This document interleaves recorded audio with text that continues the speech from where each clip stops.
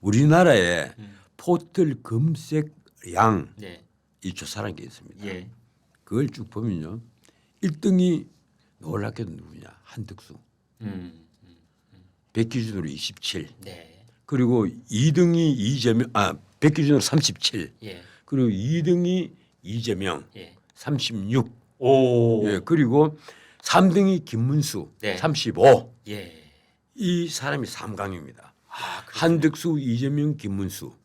이를 최고 검색량을 100으로 쳤을 때 그렇고 이게 언제 조사한 건가 하면 4월 5일부터 4월 20일까지. 예. 여러분 잠깐만 여기 이제 설명을 좀 드려야 될 것 같은데요. 지금 말씀하시는 것은 포털 검색량 그러니까 구글, 네이버, 다음 그리고 이제 또 다른 뭐 검색 사이트가 있다면 거기에서 이제 저희 그 시청자들이나 고관여층이나 또는 일반 국민 유권자들께서 이제 한덕수라는 이름을 넣어서 알아봤느냐 이재명을 넣어서 알아봤느냐 이런 걸 이제 쭉 나는 이게 이제 정치적인 어떤 큰 빅 이벤트가 있을 때 어떤 결과가 나올 것인가를 이제 예측할 수 있는 중요 지표 중에 하나로 늘 이제 거론이 돼 왔는데 이제 그걸 지금 말씀하시고 있는 거고 그 검색량을 봤더니 검색량을 100이라고 일단 넣고 봤을 때 1등이 한덕수 37%, 그다음에 이재명이 36, 그다음에 홍준표 이렇게 되는 겁니까? 김문수가 김문수. 예, 35. 35. 그다음에 홍준표 툭 떨어집니다. 아, 그렇습니다. 27. 27. 그다음에 한동훈이 툭 떨어져요. 네. 21. 21. 그리고 안철수가 14. 아, 예. 이준석이 12. 다 말씀드리자면 김동연이 10. 그리고 놀랍게도 나경원이 9밖에 안 돼요. 아, 예. 이게 이거 뭐 딱 나온 자료니까 네, 네, 네. 이건 과학이거든요. 네. 이거 의지할 수가 없는 겁니다. 사람들 예컨대 관심이 그만큼 많다는 뜻인데. 근데 우리가 세대 간에 가수들을 보는 눈이 다 다르잖아요. 네. 뭐 내만 하더라도 좋아하는 가수는 이 호텔 캘리포니아 부른 이글스 같은 거 아니면 사이먼과 가funkel 이런 올드 보이들. 예, 그런데 예, 올드 하시네요. 예, 요사이 젊은 친구들은 오히려 예. 저보다 트로트를 좋아해요. 임영웅 이런단 말이에요. 근데 임영웅이가 예. 보면 가수들 브랜드 지수가 1위예요. 네. 호텔 검색량이 1위인 겁니다. 네. 독보적인 1위예요. 네, 네. 바로 그겁니다. 네. 그래서 이 호텔 검색량이라는 것은 정말 무시를 못하는 자료예요. 다만 시청자 여러분 여기서 이제 한 가지 포털 검색량하고 나중에 표를 투표함을 열어봤을 때 득표율하고 상관관계가 그렇게 높지는 않습니다. 그건 이제 우리가 수차례 지난 대선 총선 때 해봤는데 그러나 매우 유의미한 지표인 건 사실이다라는 차원에서 말씀드립니다. 예, 지금 제가 드리고 싶은 말씀을 고해요. 아이고 죄송합니다. 마치 제가 내 마음이 들어와 있다. 저희 시청자들께서 근데 저보고 제발 그러지 말라고 이게 솔직히 말해서 이걸 완전히 뭐 믿을 자료는 아니지만 네. 유의미한 자료는 맞습니다. 예. 굉장히 유의미하고 예. 그래서 나는 이게 한덕수라는 이름이 자꾸 거론되는 것이 네. 우리 보수 쪽에서 희망사항 아닐까. 이게 나중에 단일화해서 어떤 바람을 좀 일으켜줬으면 좋겠다는 희망사항 아닐까 이랬는데 그걸 넘어서서 예. 이미 대중들 사이에 이 포털 검색량 1위에 오를 정도로 네. 관심이 지금 집중되고 있는 건 맞다. 그래서 이 한덕수의 지금 민주당이 지금 총력전을 벌여서 한덕수 무너뜨리기 네. 예, 뭐 밟아버리기예요. 그래서 지금 한덕수가 오늘 지금 최상목과 그 산업부 장관님과 미국 갔죠. 예. 예, 그 2대2 이제 회의를 한다는 건데 안철수에게는 무엇보다도 이 관세 진정에 있어서 네. 예, 트럼프와 협상에서 어느 정도를 받아내는 것 그게 굉장히 중요할 겁니다. 안철수한테 중요하다. 안철수가 아니라 한덕수에게 한덕수한테. 한덕수에게는 굉장히 중요할 겁니다. 네. 그게 만약에 없이 본인이 뭐 대선에 출마한다면 아니 권한대행이나 제대로 하지 뭐 대선까지 욕심을 부리고 있느냐 당연히 이런 말이 나올 거란 말이에요. 그래서 내가 보기에는 관세 협상 이것이 대선의 전제 조건이 아니냐. 그래서 묘하게도 트럼프가 지난번에 통화를 할 때 네. 당신 대통령 출마할 거야 이렇게 인구리를 물은 거 아니에요. 네. 그리고 아마 그 무렵부터는 통역이 배제된 채로 대화를 한 것처럼 네. 그 알려지가 있는데 이분이 지금 이 파이낸셜 타임즈 영국에 네. 예, 노 코멘트라고 얘기거든요. 네. 기자가 물으니까 네. 노 코멘트. 그래서 그걸 가지고 민주당에서는 어디서 노 코멘터리 해서 야심을 드러내느냐? 어? 이 나쁜 놈아. 어? 너 당장 권한 대행만 제대로 안 그러면 너를 지금부터 탄핵 소추하겠어. 너 이렇게 치고 나오는 거예요.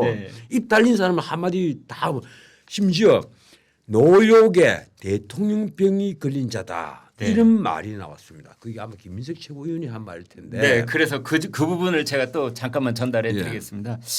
국민의힘 쪽에서 가장 유력한 다크호스가 누구냐를 상대적으로 알아보기 위해서는 민주당 쪽의 화력이 누구한테 집중돼 있느냐를 보면 되는데 어제 오늘 사이에 한덕수 대통령 권한 대행한테 화력이 집중되고 있습니다. 김민석 수석 최고를 비롯한 의원 18명이 비판 회견을 따로 가졌습니다. 그러면서 한덕수 대행한테 졸속 관세 협상으로 출마 장사를 하고 있다. 이런 말을 했고요.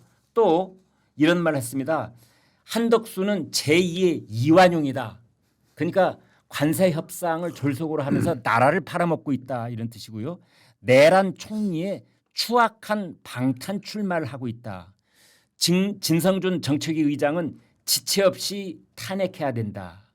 그래서 지금 석간 제목은 민주당이 한덕수가 보수 지지율 1위로 부상을 하자 막말 파상 공세를 퍼붓고 있다.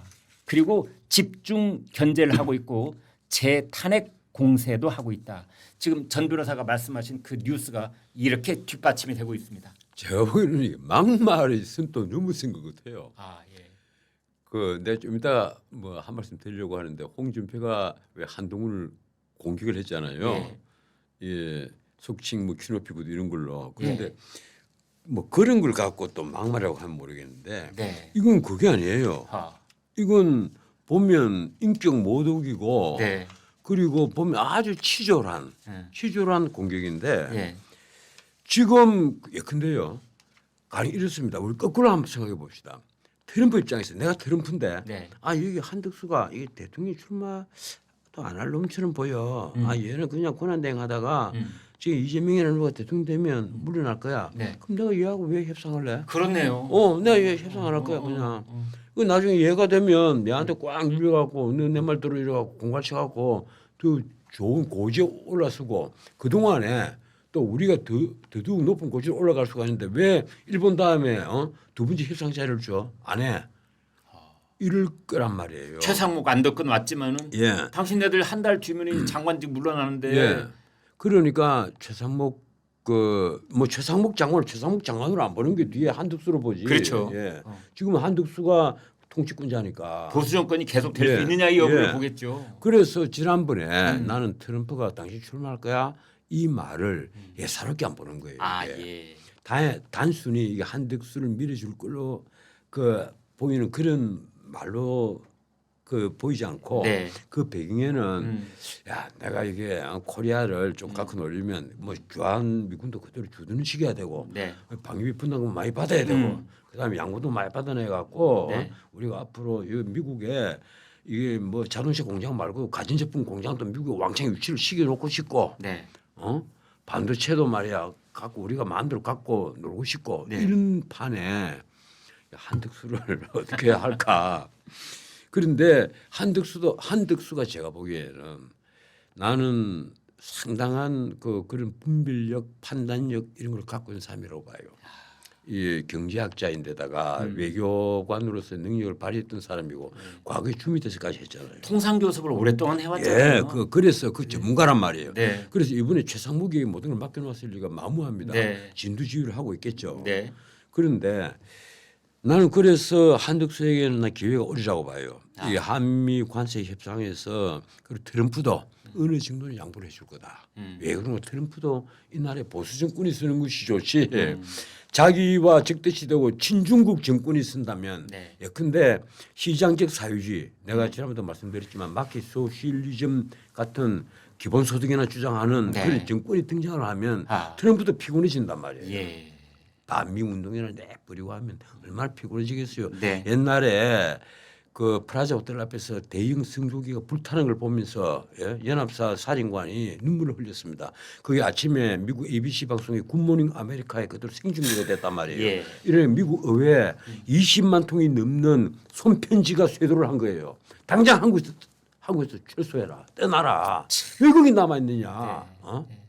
그런데 솔직히 그때 우리나라에 똑똑한 그 리더가 있었다면 한마디 했겠죠. 좀 남아있어 주세요. 한국을 분단으로 만드는 것은 프랭클린 루스벨트가 스탈린에 속아서 금권 때문이 아닙니까? 맞아. 예, 그러니까 좀 도와주세요. 예. 앞으로 우리 서로 잘 합시다. 예. 저는 늘 현명이라고 믿습니다. 그러니까 우리가 미국을 나쁘게 생각하지 않습니다. 승조기 찢은 사람은 전 나쁜 사람이니까 우리가 처벌하겠습니다. 네. 뭐 이렇게 해야 될 텐데 한국 정부에서 말 한마디 안 했어요. 승조기가 불타고 찢기는데도 에휴.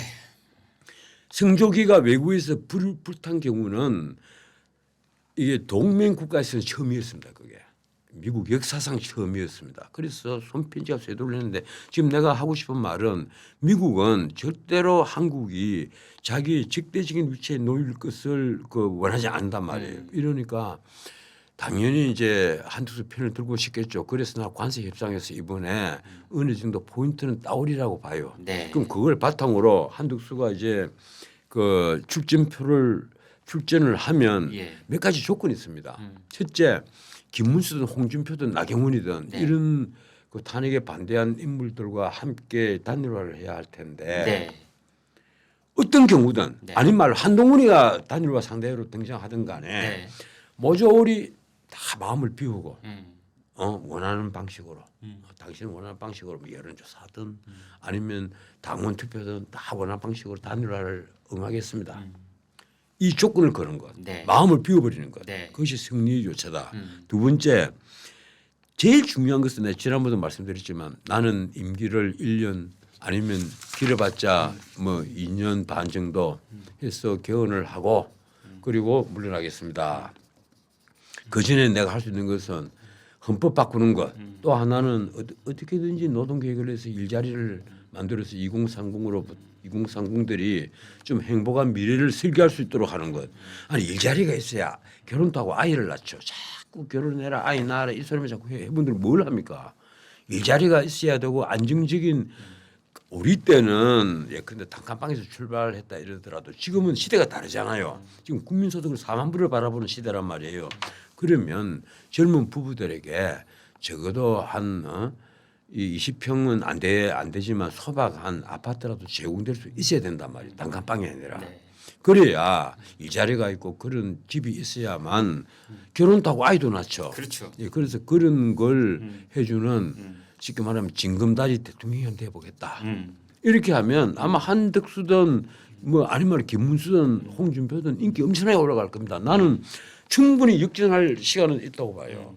근데 그 단일화가 항상 문제였는데 늘 문제죠. 네, 국민들을 실망시키고 그 치사한 부분들이 다 드러나고 그래서 그리고 본인들 1대1로 또 단일화가 안 되고 주변에는 주변 측근들이 있잖아요. 이 사람들이 또 틀기도 하고 전부 다 자기 이해득실을 따지고 만약 단일화를 했을 경우에 내 자리가 내 감투가 없어지면 어떡하지 하는 사람들이 브레이크를 밟고 안 놔주는 바람에 단일화가 또 흐지부지 되기도 하고 말이죠. 그래서 제가 보기에 예. 이번에 그 대권 출마의 꿈을 접으신 김광일 선생 같은 사람이 예, 딱할 여러분 자리가 이건 사실 무근에 의한 명예훼손입니다. 대통령 그 명예훼손까지 가는 거예요. 뭐 네. 대통령이 되는 것이 본인이 명예를 훼손하는 일이 됩니까? 무슨 이상한 소리를 하고 있어요, 그냥. 이 부분에서 옷을 좀 보세요. 갑자기 열이 확 나는데요. 아니 그런데 네네. 갈 자리가 하나 있다니까. 어디입니까? 단일화 위원장. 그걸 만들어야 돼요. 예. 그 단일화 위원장이 카리스마 있게 정권을 쥐어야 됩니다. 예. 한덕수든 홍준표든 김문수 까불지 마. 그런 일을 할 수 있으려면 그만큼 정치적인 신망과 경륜과 이런 지금 걸 김광일 선생이 우리- 10만 같으면 충분합니다. 전 변호사님이 딱이네. 나 월급만 많이 좀 해. 전 변호사님은 그런 역할을 과거에도 월급도 수없이 아니에요. 아니 그런 역할을 이미 여러 차례 제안을 받아 오셨잖아요. 월급을 국민의힘 쪽에서. 그 불과 한 네? 10일 일하는 거니까. 국민의힘 쪽에서 큰 권한을 줬는데 이거 가지고는 부족해 더 내놔라 이래가지고 그때 이제 하다가 또 이렇게 물러나시기도 하고. 일단 다 줘놓고 예. 줘놓고 보니까 지목이 달할 것 같거든. 준노 목이 달할 것 같으니까 그래 갖고 밤에 쳐들어왔더라고. 그때 그런 스토리가 네. 있었군요. 아 그래서 뭐 이런 엑스 자식들이 있어. 그 내가 또 내 성격 그냥 못 참는 성격이잖아요. 그때 언제 비대위 때죠, 그게? 아이고 야 얘기 마세요. 아, 괴로운 거 얘기하지 말라니까. 알았어요. 이 세상에 우리나라에서 문자 해촉 받은 네. 유일하자 처음인 사람이 바로 저입니다. 문자 해촉을 받아서 문자로 당신을 해촉합니다. 땡코. 깜짝 놀랐죠. 여러분 다 기억하실지 모르겠습니다만 저는 그걸 왜 기억을 합니까? 지금 국민의힘 쪽에 비상대책위원이 되셨을 때 그때 이제 제대로 일을 할 수 있는 권한을 달라 이렇게 한번 세게 나갔다가 내가 저쪽에서 문자로 해촉을 아니 받았다. 내가 그때 그 이 조직에 있는 그 불러가지고 야 자료도 갖고 와. 예. 그래서 이미 다 체크를 했어요. 요거는 무조건 다 잘라낸다 이 새끼들. 응? 다 잘라낸다. 근데 그런 첩보가 다 새 나간 거야. 난리가 났죠. 아니 그러니까 그런 특급 기밀 문서가 새 나가도록 아니 예. 그런 이제 루머가 썩 번졌던 모양이야. 아. 그 처음에 왔더라고. 네. 진짜입니까 이렇게. 아, 진짜 아니야. 아, 그싹 얼버무려서 그냥 임나지만 진짜 아니야. 그. 야, 맞도 맞어요. 나한테 공진단을 한 통을 딱 갖다 놨는데 그 공진단을 끝내 그로부터 3년 동안 예 돌려줄 기회가 없어가지고 책상 밑에 있는 나중에 보니까 공진당 그대로 있으면 저 갖다 주세요. 아 좋아하는데 그거 엄청 비싸잖아요. 버렸어요. 버렸어요. 내가 버린 게 또 있습니다. 모 목사님이 예. 나한테 그 보내온 큰 통에던 예. 용봉탕이라는 게 있어요. 용봉탕. 예, 그 안에 돈이 있을지 모른다 이래가지고 용돈 아마 넣어주실 것이다 했는데 그럼 더더욱 풀지 마라 이래가지고 우리 대문간에 지금 문제가 뽀얗게 사이가 있습니다. 필요하면 그건 언제든 갖고 아니 그건 됐습니다. 그건 도저히 내가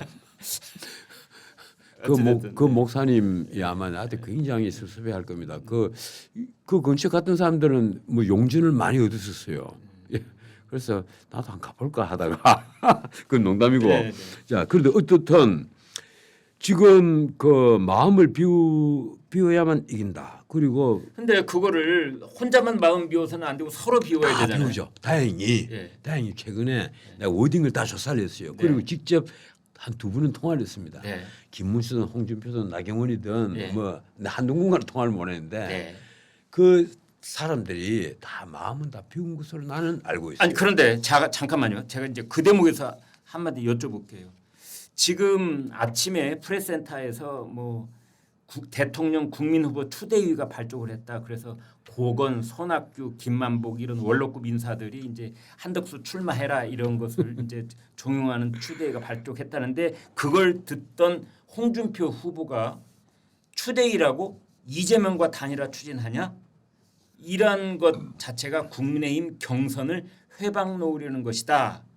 라고 했다는 거예요. 내가 그러면 홍준표 예. 후보는 단일화 생각이 별로 없다는 뜻 아니 아니에요? 제가 아니죠. 제가 아닙니까? 추대위 얘기를 들었을 때 네. 걱정하지 바로 그런 점입니다. 뭔가 하면 네. 지금 한쪽에서는 휴스케를 하고 있잖아요. 예. 휴스케를 해서 컨벤션 효과를 굳어갖고 네. 그 스타일을 하나 만들어내야 돼요. 네. 그런데 한쪽에서는 야 아니야 우리 한덕수 추대를 할 거야. 어. 뭐 원래부터 쫙 이쪽에 모여가지고 박수 치고만 난리가 난단 말이에요. 네. 으쌰으쌰하고 김하진 하듯이 예. 불러맨단 말이에요. 그러면 김이 빠지잖아요. 왜 이러는지를 내가 모르겠어요.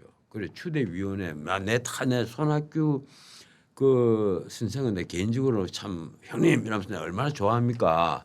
그런데 아마 이분들도 이 어른들도 다 답답하니까 그랬겠지. 답답하니까 지금이라도 빨리 지금 보니까 한두 개밖에 없다. 그 어차피 아마 이분들도 단일화를 알 거예요. 이쪽에서 빨리 와샤와샤해서 한두수를 끄집어내 가지고 후보로 만들어 놓아야만 나중에 이쪽에 스타가 나오면 단일화가 된다는데 하필이면 한참 지금 휴스케를 하고 있는데 이 추대위원회 잃어버리면 그 지점에서 제가 예. 또 다른 질문을 드려볼게요. 한덕수 이름이 자꾸 거론되는 것이 국민의힘 경선을 힘 빠지게 하는 겁니까? 아니면 그나마 국민의힘 경선에 관심을 갖게 만드는 겁니까? 지금 처음에 한덕수 그 대망론이 예. 처음에 차출론이 나왔잖아요. 네. 그게 이제 대망론으로 바뀌었거든요. 맞습니다. 대망론으로 딱 바뀌었는데 예. 그게 바뀌었을 때 사람들이 가장 걱정했던 점이 뭡니까? 이 배경에 윤석열, 김건희가 있는 것이 아니냐. 그 말이 쫙 돌았어요. 그 한겨레 신문에 처음에 그 기사가 났다고. 그런데 그거는 오보 중에 오보입니다. 왜 오보인가 하면 나중에 물론 김계리 뭐 이런 변호사들이 그 윤의견 당을 만들겠다 이래서 오보인 것으로 뭐 다 드러났지만 진짜 참 답답한 것은요. 이게 한동훈을 내세워야 되지 않느냐 하는 것이 사실은 우리 사회의 이제 기업인들 중심 그리고 사회 저명한 한덕수. 한덕수를 내세워야 되는 것 아니냐 이런 게 이러다가는 모두 망한다. 범보수 후보로 단일화를 하기 전에 이쪽에서 뭐 사람이 있어야 되는데 네. 그러면 차라리 한덕수가 좋지 않겠느냐 이런 얘기가 네. 내가 알고 있는 몇몇 그 실물 경제인들 중심으로 이름이 거론이 처음에 된 겁니다. 예. 그래서 저도 그때 들었고 네. 제가 그 자리에서도 그 굿 아이디어입니다. 그런데 한덕수가 응할까요? 내가 이 얘기까지 했는데 예. 뭐 본인이 아마 본인도 고민을 많이 하는 것 같아요. 네. 그래서 내가 보기로는 아마 나는 이렇게 설왕설래하지만은 끝내는 그 이쪽에서 누군가 나오면 아마 그분은 상대 조명을 받을 겁니다. 컨벤션 효과가 있을 거예요. 그 컨벤션 효과를 이쪽에서 일부러 죽일 필요는 없고 뭐 홍준표든 김문수든 아니면 나경원이 등장을 하든 뭐 더 나아가서 한동훈이 나온다 합시다. 그러면 다 우리가 박수 쳐서 와 한동훈 후보 이래서 딱 만들어 놓고 그냥 한덕수와 최종적인 단일화를 하면 네. 온 관심은요 이제 이재명에게 안 갑니다. 선거한 그 한 달 전에 관심이 집중되는 것이 누굴까 여기에 집중돼 버린다고. 나는 그러면 그 컨벤션 효과는 곧장 승부로 연결된다고 봐요. 거기다가 지금 그러기에는 격차가 거의 뭐 더블 스코어, 아니요 그 지금 때로는 뭐 트리플 스코어 지금요 이렇게 나고 있잖아요. 이번 주말 그게 다 아니요, 해소될 수 있다. 아니 이번 주말 예. 갤럽과 그리고 목요일 날 나오는 MBS 지표조사 네. 그걸 한번 봅시다. 그게 MBS는 지난번에 39%가 나왔고 이재명이 네, 예. 최고로 나왔거든요. 네. 그리고 금요일 날 나온 한국 갤럽 여론조사는 38까지 나왔습니다. 네. 그런데 제가 참 요사이 그 놀란 것은 옛날하고 그 지표조사가 틀려요. 옛날에는 이 전화 면접원들이 자질 같은 걸 사람들이 다 의심을 했는데 네. 지금 얘기를 들어보니까 뭐 케이스테 리서치나 엠브린 퍼블릭이나 코리아 리서치, 한국 리서치 이런 쪽에서 계속 반복적인 훈련을 시켜가지고 네. 이제는 그 전화 면접원들이 문자 그대로 프로페셔널한 거예요. 아 예. 걸려내고 그래서 딱딱 걸려내고 그래서 거기서 전국에 가령 뭐 1,003명을 조사를 했다. 네. 이러면 한국 갤럽에서 조사한 거 거의 숫자가 비슷한데 아 예. 서로 양쪽이 서로 진짜 경쟁을 하는 겁니다. 네. 우리가 더 정확하다. 근데 그 차이가 거의 없어요 이제. 네. 이 그렇더라고요. 한쪽이 38, 한쪽이 39란 말이에요. 그래서 아마 이번 주말에 40을 넘지 못한다면 뭐 오늘 일부 신문에 보면 드디어 40을 넘었다. 그 좌파 신문입니다. 리얼미터는 예. 월요일 날 나온 건 50을 심지어 예. 그래서 그걸 ARS 조사 저는 애초에 믿질 않습니다. 네. 그런데 예 그렇게 뭐 KSOI 조사 같은 경우 40을 넘었거든요. 네. 예, 그런데 조금 지켜보면 아마 추세가 어느 쪽으로 어떻게 움직이는가 난 추세가 중요하다고 봐요. 워싱턴에서 좀 굿뉴스가 와야 되지 않겠습니까? 이게요. 전제 조건으로. 관세 협상이 만약에 네. 타결될 그게 있다. 네. 지금 트럼프가 아마 얘기하는 것은 야 방위 분담금까지 한꺼번에 좀 조정을 해주면 내가 상수를 들어서 두 손을 잡아줄게 뭐 이런 건데 그렇다고 해서 한덕수 권한대행이나 최상목 장관이 네. 아예 그럽시다 할 일은 만무합니다. 뭐 저 오랜 관료 생활을 한 사람들은 그게 최우선이란 말이에요. 네. 그게 피부에 배어 있는 거예요. 네. 그러니까 쉽게 그렇게 하겠습니다 이러지는 않죠.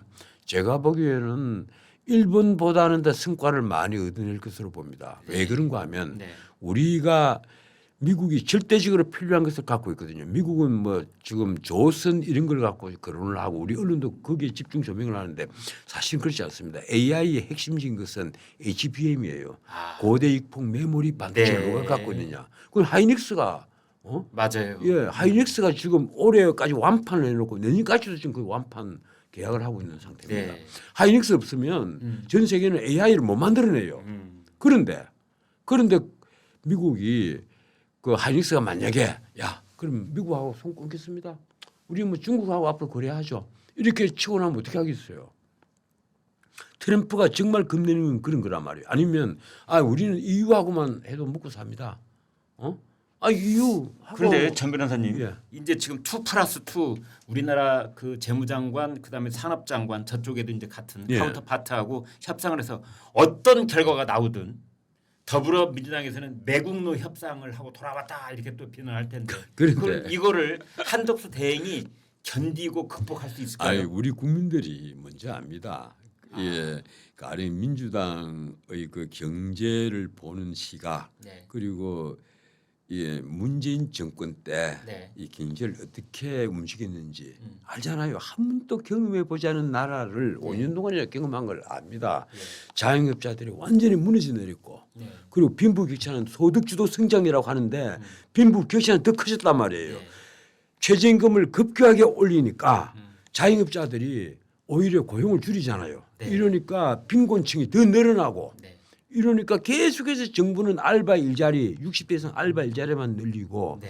2030은 일자리가 없어지고 좋은 고품격의 일자리는 전부 다 해외로 빠져나간단 말이에요. 네. 그걸 리쇼어링 하려면 뭔가 어떤 메리트가 있어야 되는데 네. 가령 뭐 세금을 어떻게 면제를 해주고 뭘 해주고 하는 메리트가 있어야 되는데 네. 미국이나 이런 다른 나라에서 외국 투자를 유치를 할 때는 엄청난 메리트를 제공하거든요.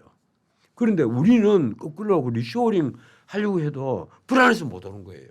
이러니까 가령 휴대폰 같으면 우리나라에 폴드폰 만드는 것만 구미공장에서 하고 나머지는 전부 다 베트남에다 가 있습니다. 네. 지금 가전제품 거의 다 베트남에서 다 만들잖아요.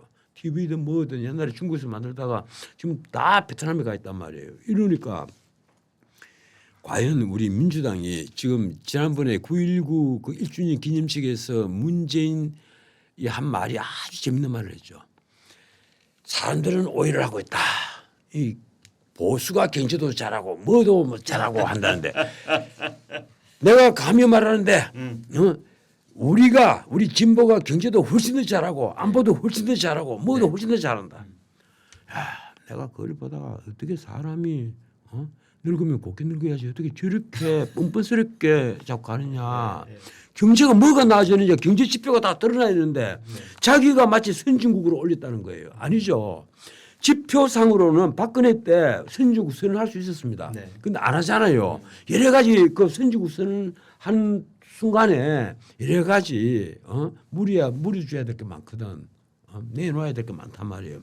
그래서 안 했는데 이게 문재인이 예컨대 그 한 정책 그게 우리가 지금 얼마나 허망한 엉터리인가를 보면 통계 조작 사건만 보면 알잖아요.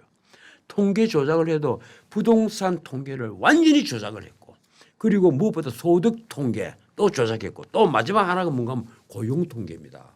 이 세 통계를 조작을 했단 말이에요. 집값 통계, 소득 통계 그리고 고용 통계. 고용 통계는요. 이게 정말 문제는 처벌받아야 돼요. 뭔가 하면 자기 대통령 되고 나서 제일 먼저 자랑한 게 뭐예요? 기자들 쫙 상황판 만들어 놓고. 일자리 상황판 네. 만들어 놓고. 근데 그게 마지막이었어요. 네. 한 번도 그 정의당 다음에 측에서. 한 번도 그 다음에 안 보여줘.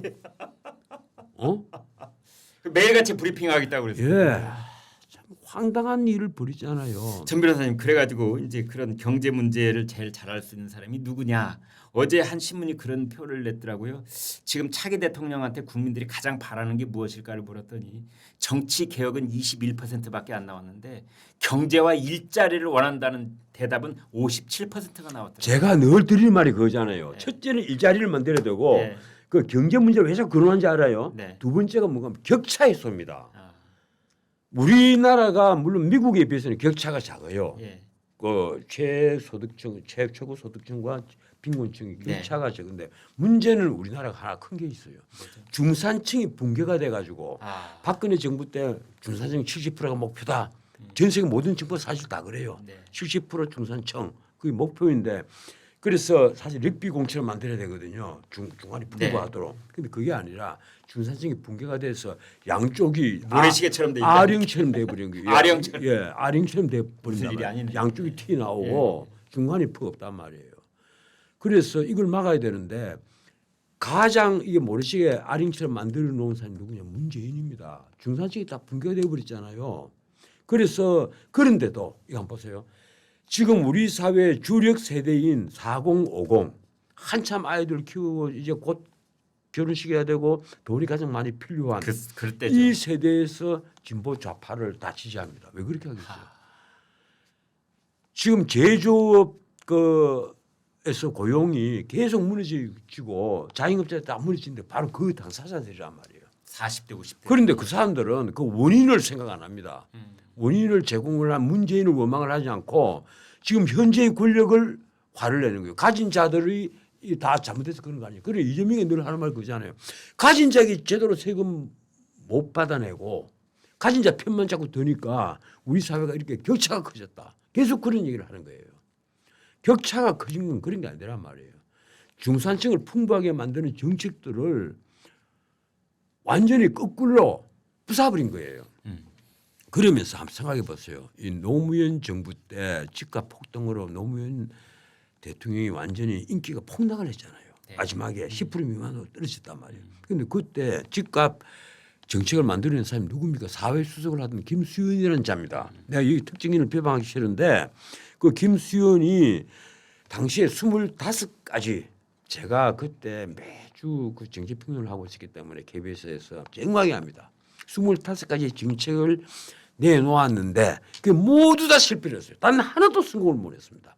노무현 대통령이 마지막에 크리스마스 이브 때 이제 정권 그 바뀐 걸 그 뭐 바뀌었으니까 19일날 선거 있었잖아요. 그래 뭘 이양을 해줘야 된다 했을 때 그때 수석들하고 장관들하고 앉아서 쭉 얘기를 하다가